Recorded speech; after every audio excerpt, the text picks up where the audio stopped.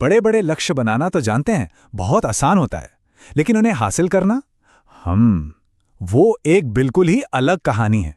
आज हम उसी एक चीज के बारे में बात करने वाले हैं जो असल में सफलता का 99% हिस्सा है। और नहीं, वो मोटिवेशन नहीं है, वो है सेल्फ डिसिप्लिन, यानी कि आत्म अनुशासन। तो चलिए एक ऐसी कहानी से शुरू करते हैं जिससे हम सब कहीं ना कहीं खुद को जोड़ पाएंगे। ये कहानी इस बात को बिल्कुल साफ कर देती है कि सिर्फ मोटिवेशन मतलब प्रेरणा के भरोसे रहना कितना खतरनाक हो सकता है। तो कहानी शुरू होती है एक बड़े जोश और एक बहुत ही साफ लेकिन मुश्किल लक्ष्य के साथ। एक सपना देखा गया था, आईएएस ऑफिसर बनने का। और बस मोटिवेशन की एक लहर सी आ गई, फटाफट ढेर सारी किताबें खरीद ली गईं, स्टडी चैनल सब्सक्राइब हो गए, ऑनलाइन कोर्स भी ले लिए गए और घर में सबको बोल दिया गया कि भाई अब कोई परेशान नहीं करेगा। मतलब माहौल ऐसा बन गया कि लगा सफलता तो अब पक्की ही है। और फिर वही हुआ जो अक्सर होता है। जो शुरुआती जोश था वो धीरे धीरे ठंडा पड़ गया। छात्र वापस अपनी पुरानी आदतों में चला गया और आखिर में वो परीक्षा पास नहीं कर सका। सारी मेहनत, सारा जोश बस 1 महीने में खत्म। और यहीं पे सबसे बड़ी बात सामने आती है। वो जो मोटिवेशन था, वो जो चिंगारी थी, वो सफलता की पूरी कहानी का सिर्फ 1% थी। सिर्फ 1%। ये वो चिंगारी है जो आग शुरू तो कर सकती है लेकिन उसे जलाए नहीं रख सकती।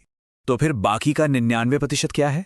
वो हिस्सा जो असल में सब कुछ है, वो है कुछ और। कुछ ऐसा जो कहीं ज्यादा भरोसेमंद और ताकतवर है, सेल्फ डिसिप्लिन। तो ये सेल्फ डिसिप्लिन आखिर है क्या चीज? इसका मतलब बहुत सीधा सा है। ये वो काबिलियत है कि जो काम जरूरी है उसे तब किया जाए जब उसे करना है, भले ही मन कर रहा हो या नहीं। आपका मूड कैसा भी हो, प्रेरणा हो या ना हो, काम तो होगा बस। अच्छा, तो ये 99% सुनने में तो बड़ा अच्छा लगता है, पर असल जिंदगी में ये दिखता कैसा है? चलिए इसे समझने के लिए एक और जबरदस्त कहानी देखते हैं।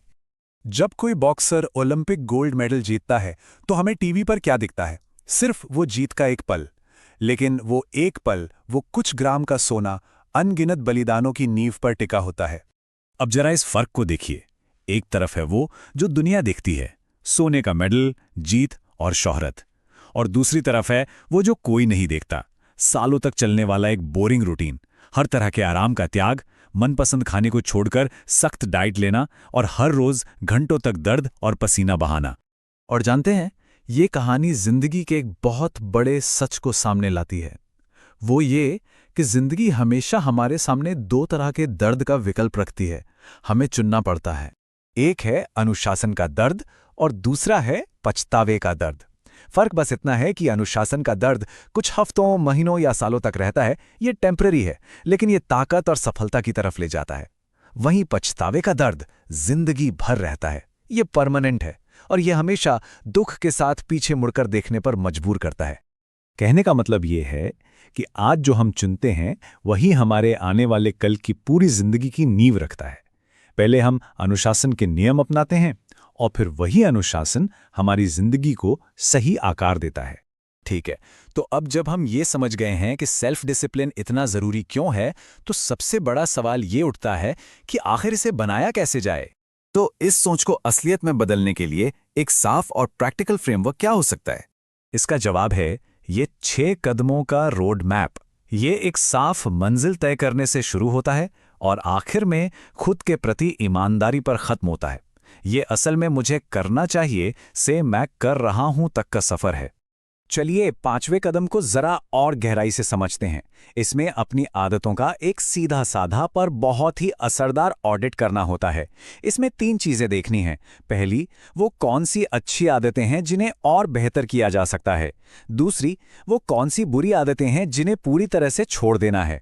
और तीसरी, वो कौन सी नई आदतें हैं जिन्हें कामयाब लोगों से सीखकर अपनी जिंदगी में शामिल करना है।